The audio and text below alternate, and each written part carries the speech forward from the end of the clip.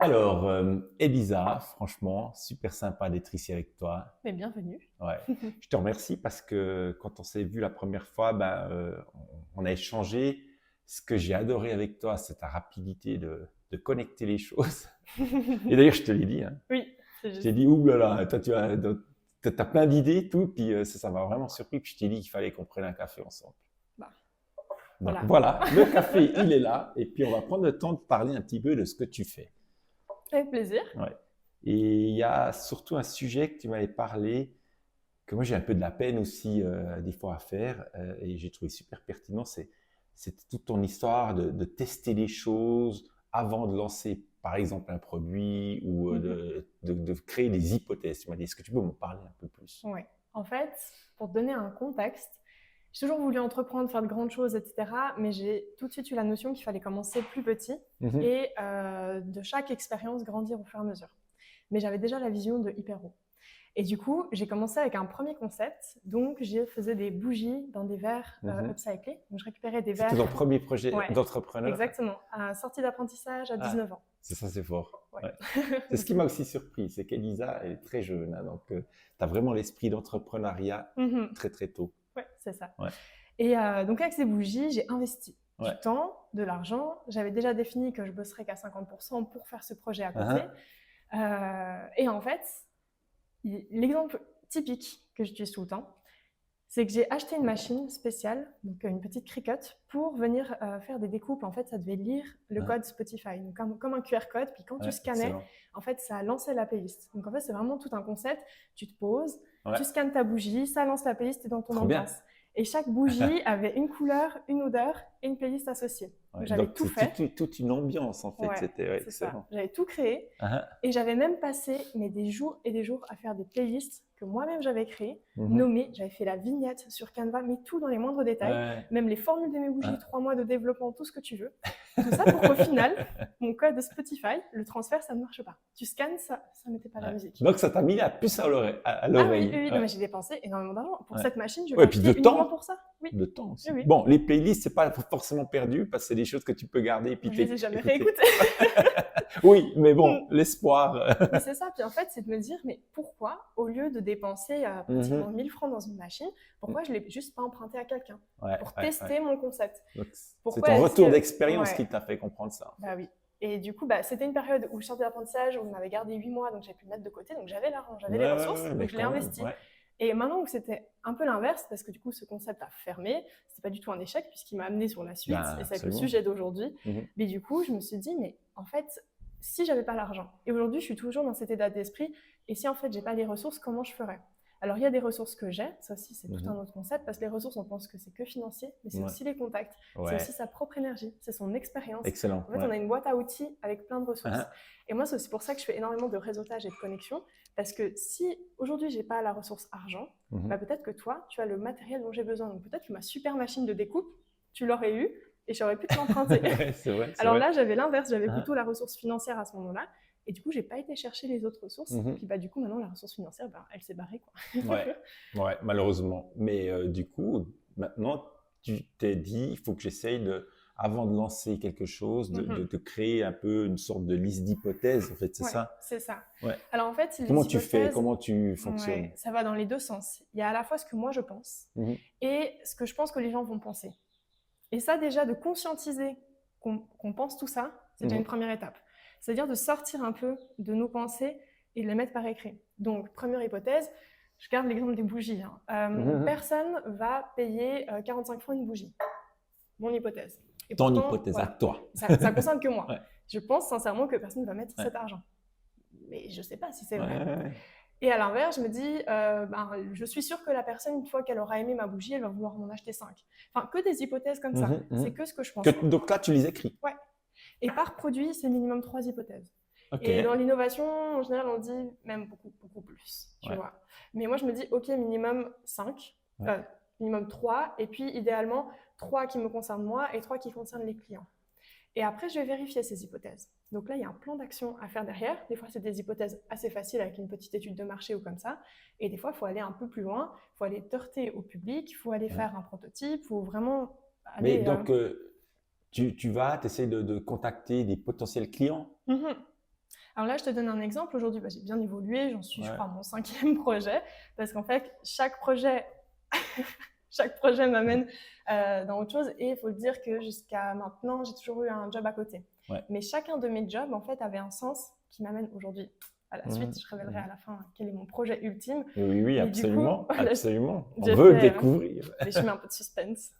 Et du coup, chaque année, oui, je pense que j'ai fait, mon maximum, c'était 2 ans dans la même boîte. C'était passionnant. Mais après 2 ans, voilà, j'ai fait le tour. Donc, hop, j'avance. Mais ça t'a permis quand même, ces 2 ans, de construire justement ce que tu dis, pas mal de choses en fait. C'était pendant ces 2 ans que j'avais à côté mes bougies qui sont transformées en première marketplace dédiée à l'upcycling, qui ensuite est transformée en association, qui aujourd'hui cartonne. Donc on en est là. Donc alors, on partait de bougies avec un échec à ça. Et ça existe toujours, du coup, sous forme d'asso. Et puis à côté, j'ai développé donc mes 5 autres projets. Et c'est grâce, je trouve, au réseautage qu'en fait, j'ai vraiment pu aller tester toutes ces hypothèses au fur et à mesure de mes projets. Et donc, pour te donner l'exemple aujourd'hui, donc j'accompagne les femmes entrepreneurs qui ont déjà un certain Genuine, niveau. c'est juste. Avec Genuine, d'une part, mais aussi, là, je me suis associée avec 2 Genuine. Et du coup, c'est un accompagnement où on aide vraiment les femmes à passer à l'étape d'après. C'est-à-dire, elles plafonnent avec un espèce de plafond de verre, avec un revenu qui dépend de leur temps, parce que la plupart facturent à l'heure. Et aussi, si elles ont encore un job à côté, puis voilà, il manque mais pas grand-chose, tu sais, pour passer à l'étape d'après. Et là, j'étais heurtée à tout plein d'hypothèses. De personnes étaient prêtes à mettre 3-4 000 francs dans un accompagnement, que 90 jours, c'était pas suffisant pour avoir des premiers résultats. Et ça, c'est vraiment tout ce que je pensais moi, mais en fait, ça m'appartient. C'est mes pensées limitantes qui viennent de mon éducation, de mes expériences, mais c'est que dans ma tête. Et donc, j'ai fait le même exercice de tout mettre par écrit. Et du coup, là, j'ai fait soirée de réseautage sur soirée de réseautage, à commencer du coup par tes soirées. Absolument. Tu étais venue à Neuchâtel. J'étais venue. Et du coup, là, j'ai confronté, j'ai posé des questions. Et puis, il y a aussi l'histoire du pitch. D'ailleurs, maintenant, je donne des workshops sur comment pitcher. Mais du coup, à chaque fois, je me dis, mais ça va pas parler. Ah, puis ça, c'est nul. En fait, avant de valider cette hypothèse, qui finalement n'est qu'une hypothèse, eh bien, je teste mon pitch dans les soirées de réseautage. Là, je chope une personne, je me dis, ah elle, je vais tester ça. Elle, je vais tester ça. C'est fort. En fait, j'y vais avec un objectif. Mais tu as une liste pour après t'en souvenir? C'est ça, des fois, c'est aussi… Oui, alors je suis super bien équipée avec Notion. On a un méga tableau qu'on a créé du coup avec mes associés, ça fait partie de l'accompagnement aussi. Et en fait, tu viens lister toutes tes hypothèses et tu lis l'hypothèse au service en question, parce que du coup, dans les exercices, tu viens aussi lister toutes tes offres, tes prix, tes objectifs, ta renta, tout. Et à chaque fois, on vient peaufiner ton offre avec quelles sont tes hypothèses, qu'est-ce qui te bloque. Et c'est typiquement comme ça qu'une cliente, ça faisait 5 ans qu'elle avait le même prix pour ses produits, alors qu'en fait, tout a augmenté. Et elle me dit, oui, mais moi, je suis rentable encore, ça va. Je peux pas, je vais perdre mes clients. Voilà, toutes les pensées là autour. Les pensées, voilà, exactement. Et en fait, je dis, mais t'es pas rentable parce qu'il n'y a pas ton salaire dans ton calcul. Parce qu'en fait, au fur et à mesure que tout a augmenté, en fait, elle a mangé sa marge jusqu'à ne plus se payer elle. Et elle n'est pas rentable s'il n'y a pas son salaire dedans. Et du coup, on a revu totalement son prix. Et là, en fait, le soir même où elle pensait qu'elle allait perdre des clientes, qu'elle allait devoir se justifier, que en fait, pour elle, ça devait rester un montant inférieur de telle ou telle concurrente, alors que ces concurrentes ne le font pas du tout de façon éthique. Elle a en plus cette différenciation, donc il faut se comparer à ce qui est comparable. Elle a eu ses premières clientes le soir même. Ouais, c'est fou. Voilà, donc en fait, le prix, ça c'est une grosse partie des hypothèses. Le prix, en fait, le problème, il est souvent dans notre tête. Parce qu'il y a une notion de valeur. Si la personne, elle sait que tu réponds à sa plus grosse douleur, et qu'en plus tu es compétente, peu importe le prix, en fait, elle va signer. Ouais, excellent. Et souvent, le prix, c'est aussi un indicateur de tes compétences. Si tu veux être moins cher, pour que les personnes viennent, moi, tu me vends un truc pas très cher, je me demande si tu es compétent. Quoi. Non, c'est clair, je suis d'accord avec toi. C'est aussi une… et tu filtres aussi. Tu filtres les gens qui ont vraiment besoin. Ils sont prêts à mettre l'argent dont il faut pour réussir à passer, si tu veux, soit passer un bon projet, mais aussi d'un point de vue personnel et de la vie. Si tu vas te faire chez un médecin, etc. Donc, super. Et puis, du coup, ce travail sur les hypothèses, donc, comme tu dis, maintenant, tu fais du coaching et tu soutiens des projets, ce genre de choses. Beaucoup avec les femmes, tu as dit, donc tu veux mettre aussi en avant les femmes, ce qui est chouette parce que ça peut beaucoup aider les freins que peuvent avoir certainement les femmes par rapport à l'entrepreneuriat à cause de tout ce que… le monde, comment il a évolué et puis comment il est, malheureusement. Il y a encore beaucoup de travail. Donc ça, c'est chouette. Mais tu fais aussi pour les hommes quand même. S'il y a quelqu'un qui a un projet, par exemple, si moi, je veux le faire accompagner par tes idées et tout ça, parce que franchement, les idées, les hypothèses, j'aimerais bien un peu gratter parce que parce que c'est vraiment quelque chose qui… Alors, j'essaye de le faire, mais c'est toujours avec mon intuition, tu vois. Et des fois, comme tu dis, rester dans ses intuitions, c'est bien. Écouter son intuition, c'est bien parce qu'il faut aussi le favoriser. Mais de se confronter à la réalité, je trouve ça super intéressant. Donc, tu fais aussi pour les hommes, par exemple? Alors, sur demande, c'est vrai que là, je me suis vraiment concentrée sur cet accompagnement qui est sur candidature. Donc, on s'assure vraiment que la personne remplisse les conditions. Parce que les conditions derrière, c'est pour nous la garantie que notre méthode va marcher pour la personne. Ouais, parce que sinon, elle ne va pas être investie. C'est ça? C'est qu'en fait, il y a tout un processus. Ouais. Et si tu ne corresponds pas à notre persona, comme on les appelle, en fait, on n'est pas 100% sûr que notre promesse va marcher pour toi. C'est pour ça que… Donc, c'est assez intéressant. C'est-à-dire que tu mets tu testes tes clients en gros. Oui, c'est ça. Pour les accepter. Oui, il y a une candidature. Alors, t'en as qui prennent ça comme du format marketing, de dire c'est sur candidature, sélectif, etc. Oui, c'est intéressant. Mais il y a un fond de vérité là derrière. Au début, je n'étais pas hyper à l'aise avec ça. Et en fait, là, on a lancé donc, notre première cohorte, donc la première équipe qui était vraiment un peu des testeuses. Et là, il y avait tout profil. Celle qui avait un job à 100% à côté, qui gagne bien sa vie, mais qui veut être indépendante. Celles qui sont déjà à leur compte, mais ça plafonne, ou alors même trop irrégulier, même des fois qui dépendent peut-être d'un conjoint ou de telle autre situation. Et en fait, on a plein de profils différents. À la base, on voulait aussi faire que de la prestation et on a 2 personnes qui sont dans le produit. Et en fait, c'est hyper varié et alors ça marche parce qu'on est hyper investi, mais aussi derrière, on a toute une volonté, on a une vision. Les 3 premières réunions qu'on a faites chez Voisins, à quoi les Bossy vous étiez, la salle tout en haut. Magnifique. On s'est réunis, on a dit, OK, avant même de brainstormer sur qu'est-ce qu'on voulait faire et comment s'associer, on a dit quelle est notre vision. Et en fait, on avait toutes des projets, dont mon gros projet. Et c'était, comment est-ce qu'on va construire une offre ensemble qui va aller nourrir chacune nos visions. Parce qu'en fait, notre business, il est là pour nous alimenter nous. Et c'est pas l'inverse, on n'est pas là pour alimenter notre business.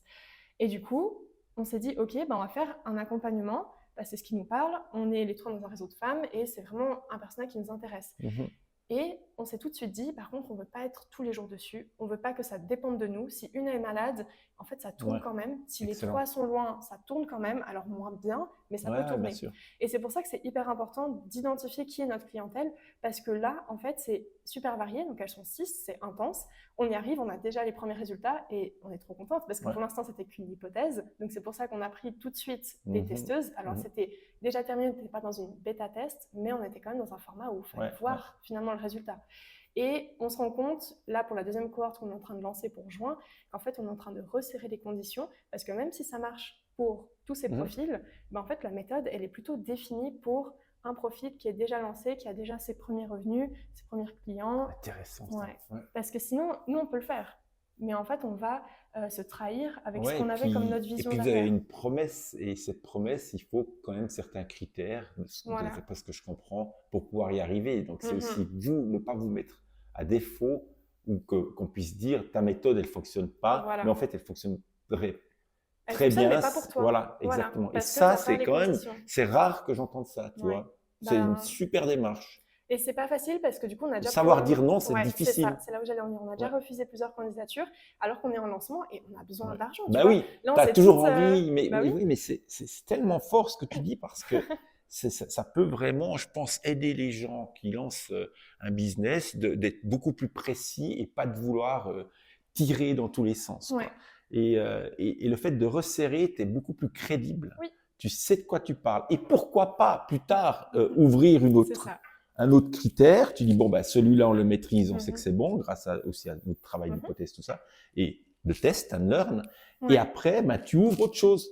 Et puis, ça, c'est super intéressant. Plutôt que de vouloir tout ouvrir et tout. Mais le problème, c'est que quand on construit, tu sais ce que c'est, il y a quelqu'un qui s'intéresse à toi, tu es déjà super contente, donc du coup, qu'est-ce que je fais? Je ne peux pas lui dire non, tu vois. Je dirais qu'au début, il faut rester large, il faut tester. Toujours tester, accueillir, parce qu'en fait, si moi aujourd'hui je sais que c'est telle personne, c'est grâce à si c'est telle personne que je veux accompagner, c'est parce que je sais qui je ne veux pas accompagner.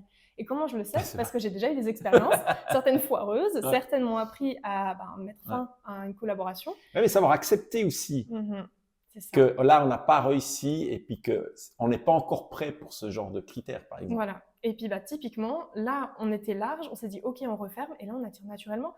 Pendant qu'on fait cette interview, j'ai mes collègues qui font 3 calls avec des candidates qui, pour le coup, sont hyper qualifiées. Donc, je suis sûre et certaine qu'elles vont signer derrière parce que non seulement c'est un budget, on parlait de la valeur du prix, mais en fait, vu qu'on est vraiment ciblé, on sait que la douleur de la cliente, en fait, nous, on la résout. Ouais. Et du coup, quand tu as une douleur qui est là depuis un moment, et que tu as compris qu'en fait, tu avances beaucoup mieux une fois que tu es accompagné, ben, en fait, pour moi, elles vont dire c'est bon, c'est signé, je serai là, évidemment. Tu vois, et c'est pas prétentieux, c'est juste, en fait, on est tellement sûrs de nous. Excellent. Et pour autant, on était vraiment frustrés parce qu'on a aussi cette envie d'aider un max de monde et on a aussi envie d'aider celles qui se lancent. Puis du coup, on est chacune experte dans un domaine. Moi, je suis vraiment plus le côté mindset, aligner son business aussi à sa vision, à sa mission et ses valeurs. Et après, par la suite, travailler une offre donc, qui te permet d'avoir une vie à côté, tu vois. Ce que je disais, la notion de vivre grâce à ton business, c'est pas l'inverse. Et ensuite, on a Eunice Otero, qui elle est experte Notion et toute la structure d'entreprise. Et ensuite, Laura Hurtado, qui elle est experte marketing et réseaux sociaux. Et en fait, c'est vraiment des modules où tu avances. Et au fur et à mesure du parcours, en fait, c'est à 360 degrés. Et du coup, c'était frustrant pour nous parce qu'on sait qu'on peut aussi aider celles qui débutent. Mais pas de la même façon, tu vois. Donc en fait, on s'est dit, voilà, on a cette base, on va faire, je pense, jusqu'à la fin d'année avec ces groupes. Là, on fait tous les 2 mois une nouvelle classe, peut-être que ce sera tous les mois et après, on engagera du monde pour vraiment qu'il y ait un très bon suivi. Mais on sait d'avance qu'il y aura une offre pour celles qui débutent. Et là, si on parle un peu business, c'est malin parce que celles qui débutent seront nos clientes hyper qualifiées pour la méthode qui est aujourd'hui, et du coup elles nous feront confiance et en fait on va accompagner sur le long terme des personnes. Et après ça pourra même être l'inverse. Une personne qui a atteint un niveau peut-être veut lancer un autre budget et elle repart dans l'autre sens. Et en fait voilà, c'est cette notion de upsell, downsell avec plusieurs personnages. Mais il faut déjà être sûr de qui tu veux accompagner. Mais ça tu peux pas le savoir dès le départ. Et typiquement les hommes, au début, je reviens sur ta question, bien sûr. Au début j'accompagnais tout le monde. Et en fait, je me suis rendu compte que, autant dans le côté privé, moi je suis beaucoup plus avec des hommes, je suis l'aviation, la mécanique, donc ça me passionne. Mais dans le business, je bloque un petit peu, de manière générale. Mais quand j'ai 3-4 partenaires business, c'est incroyable, vraiment. Et c'est une vision, on va tout de suite plus loin. C'est aussi le fait que je me suis entourée d'hommes où j'ai pas toutes ces pensées limitantes, où pour moi, chercher 2 millions pour mon futur projet, c'est pas un problème, etc. Parce que les hommes, je trouve, ont ce truc de « il n'y a pas de problème ». Là où les femmes un peu moins, et du coup je me suis aussi reconnue dans ces femmes parce que je me dis si je peux amener un palier entre ces deux univers. Et puis leur faire comprendre justement cette attitude qui est un frein actuellement. C'est ça. Du coup je dirais je suis plus à l'aise pour accompagner les femmes parce que je vois clairement ce que je peux leur apporter. Et puis là ça me fait du coup plaisir que tu me dises que mon approche avec les hypothèses te parle parce que tu es parmi les premiers hommes qui me dit qui me dit ça m'intéresserait de bosser avec toi. Et j'ai déjà refusé un client dernièrement.